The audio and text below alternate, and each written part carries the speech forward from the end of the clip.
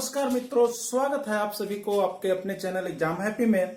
दोस्तों, मैं इस चैनल में आपके लिए यहाँ पर जो है 10 वर्षों के हल प्रश्न पत्रों को लेकर के आपके बीच उपस्थित होता हूँ, जो आपके शिक्षक पात्रता परीक्षा से संबंधित है। तो आज मैं इस वीडियो में यहाँ पर आपको बताऊंगा सामाजिक विज्ञान के अंतर्गत 2011 से अब तक जितने भी विभिन्न राज्यों में परीक्षाएं हुई है उसके हल प्रश्न पत्र को लेकर के मैं आपके बीच उपस्थित हूं। तो यदि मित्र आप भी किसी शिक्षक पात्रता परीक्षा से जुड़े हुए हों, चाहे किसी भी राज्य के शिक्षक पात्रता परीक्षा से जुड़े हैं, तो आप इन सारे प्रश्नों को हल कर लेते हैं तो आपके सामाजिक विज्ञान में अवश्य ही 70 to 80% मार्क्स आ सकते हैं।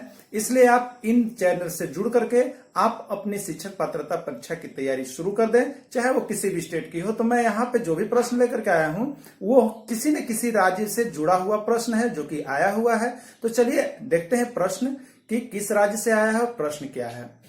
देखिए फ्रेंड्स, यहाँ पर पहला प्रश्न निकल के आ रहा है कि निम्नलिखित में से कौन सा वर्षन का रूप नहीं है। ठीक है, एक चीज आप जान जाइए, थोड़ा सा जो वर्ड्स आते हैं उसको आप थोड़ा कंफर्म करने रहते हैं।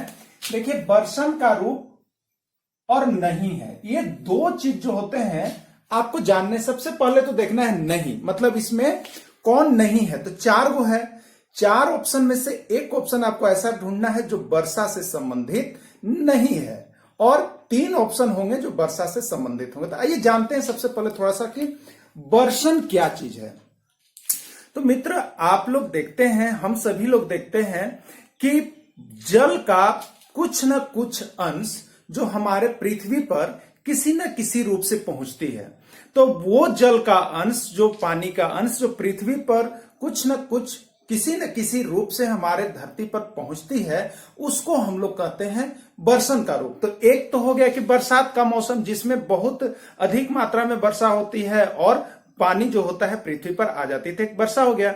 दूसरा आप देखते हैं कि ठंडों के दिनों में जो हम लोग का ओस गिरता है ना, ओस, तो वो भी क्या है, एक वर्षण का रूप ही है जिसमें पानी जो है धरती की सतह तक आती है।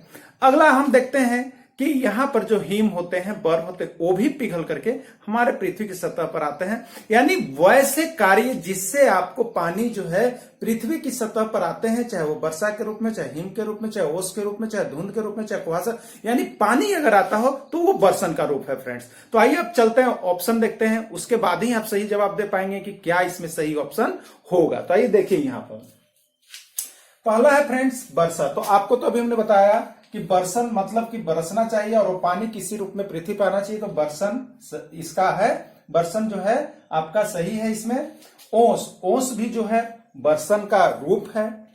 हिमपात मतलब बर्फ का जो पिघल करके पृथ्वी और पानी के रूप में आना, हिम गिरना बर्फ के रूप में जो गिरता है हम लोग के पृथ्वी पर, वो भी क्या है, हिमपात होता है कहीं कहीं, जो कि बहुत अधिक चेहरे पर आप देखिएगा तो आपका पूरा पानी हो जाता है। हिम माने बर्फ का गिरना, तो ये भी वर्षण का रूप है। लेकिन आंधी में क्या होता है फ्रेंड्स, हवा, धूल, गर्दे, पोल्यूशन, यही होता है ना। इसमें क्या पानी होता है, आंधी में नहीं।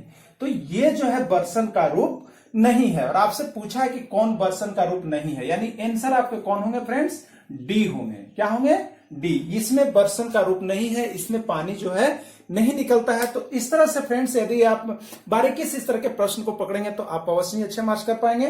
तो ये आपका पहला प्रश्न था। चलिए इसके बाद आते हैं हम नेक्स्ट प्रश्न की ओर, तब तक आप इसका स्क्रीनशॉट ले लेंगे फ्रेंड्स। चलिए नेक्स्ट प्रश्न देख लेते हैं।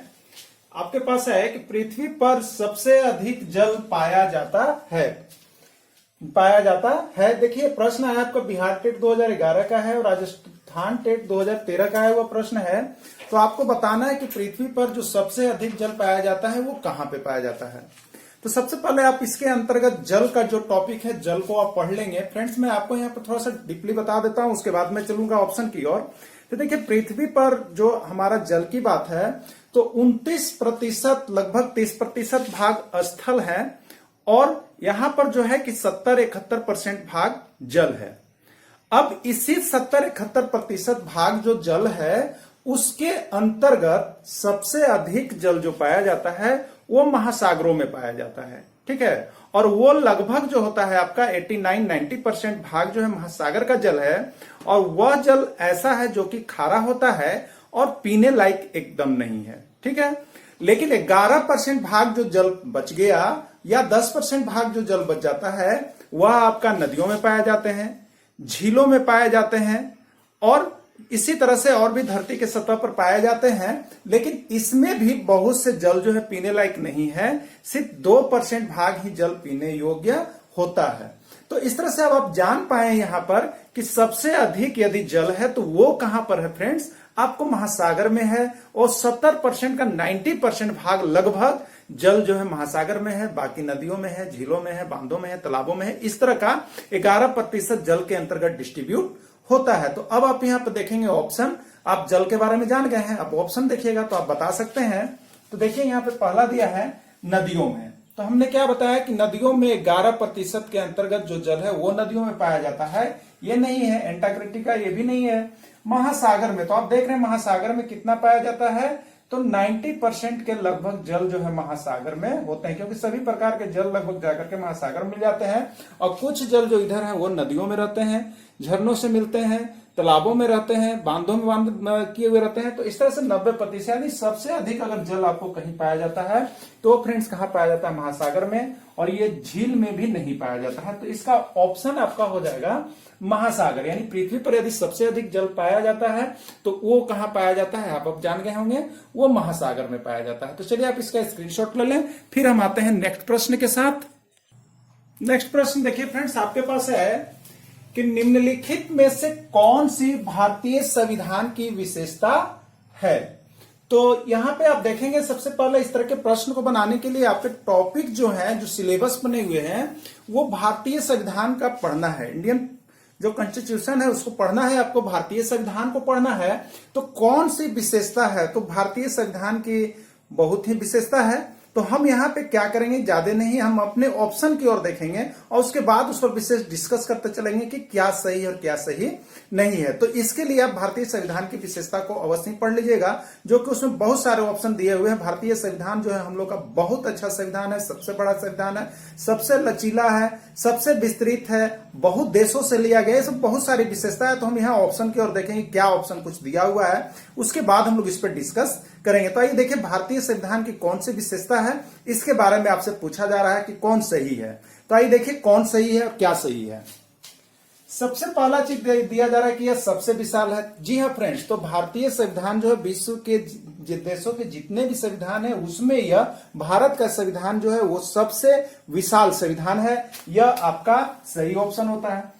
नेक्स्ट लिखा गया अनेक देशों के संविधान से प्रावधान को लिया गया। यह भी सही है कि भारतीय संविधान जब बन रही तो उसमें विभिन्न प्रकार के प्रावधान, जैसे संवृत्ति सूची कहां से लाए गए, मौलिक अधिकार कहां से लाए गए, मौलिक कर्तव्य कहां से लिए गए, ऑस्ट्रेलिया से क्या लिया गया, आयरलैंड से क्या लिया गया, ब्रिटेन से क्या लिया गया, संसदीय शासन प्रणाली लिया गया। तो ये सारी चीजें जो है वो बहुत से देशों से ढूंढ ढूंढ के लाया गया था, उसके बाद इसको बनाया गया है।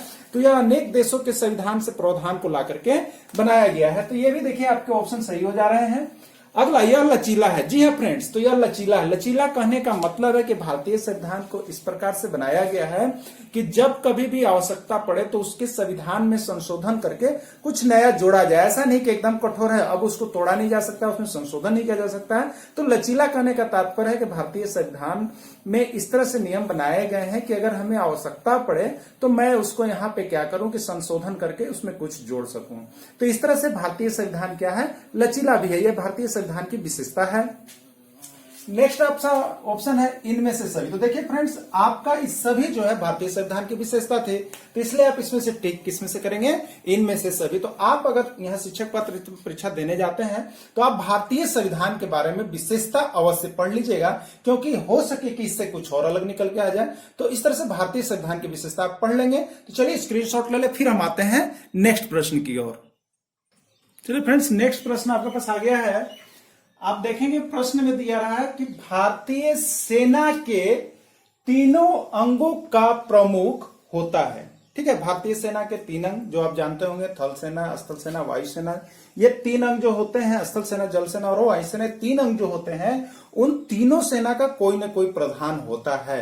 वह प्रधान कौन है वो आपको बताना है। तो फ्रेंड्स, यहाँ पे जान जाइए कि इस तरह का प्रश्न तो लगभग सब प्रश्न, ये प्रश्न बहुत ही इंपॉर्टेंट है। यह आपका देखिए मैंने नहीं लिखा, लिख देता हूं।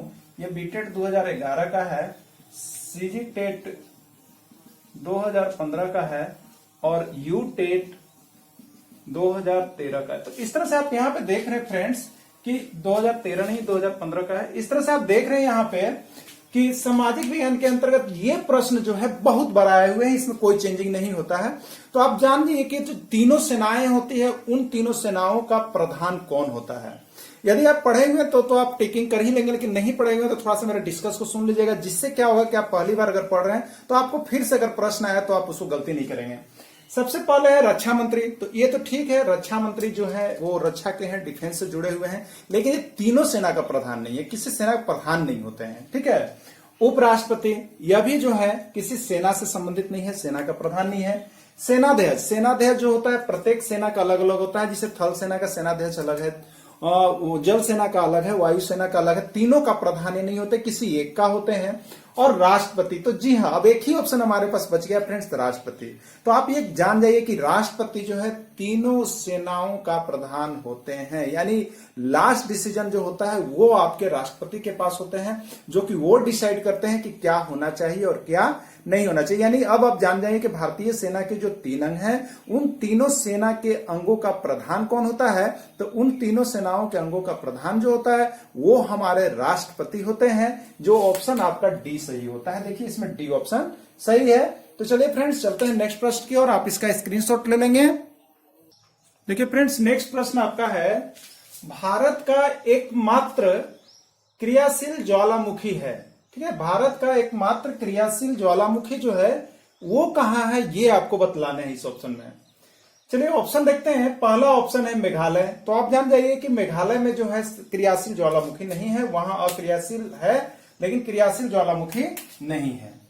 लक्षद्वीप में भी नहीं है आपके ज्वालामुखी। आइए अब देखते हैं अंडमान निकोबार द्वीप समूह। तो आइए अब जानते हैं अंडमान निकोबार द्वीप समूह के बारे में, आपको थोड़ा हम बता दें यहाँ पे, क्योंकि इसका ऑप्शन अंडमान निकोबार द्वीप समूह होगा।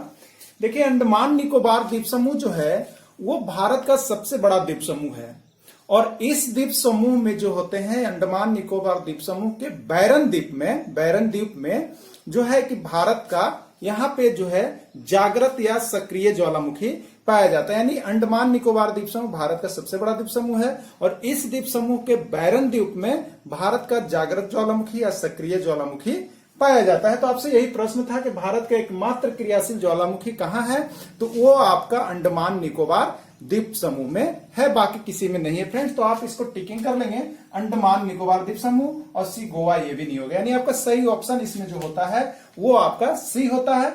तो फ्रेंड्स इस तरह से हम आपके लिए यहाँ पर विभिन्न राज्यों के शिक्षक पात्रता परीक्षा में हुए महत्वपूर्ण प्रश्नों को 10 वर्षों के प्रश्न पत्र को लेकर के आपके बीच उपस्थित हो रहा हूं।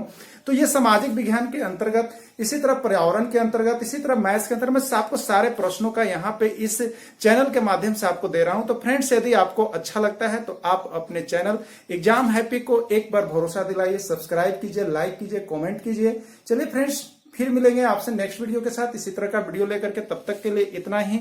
जय हिंद, जय भारत।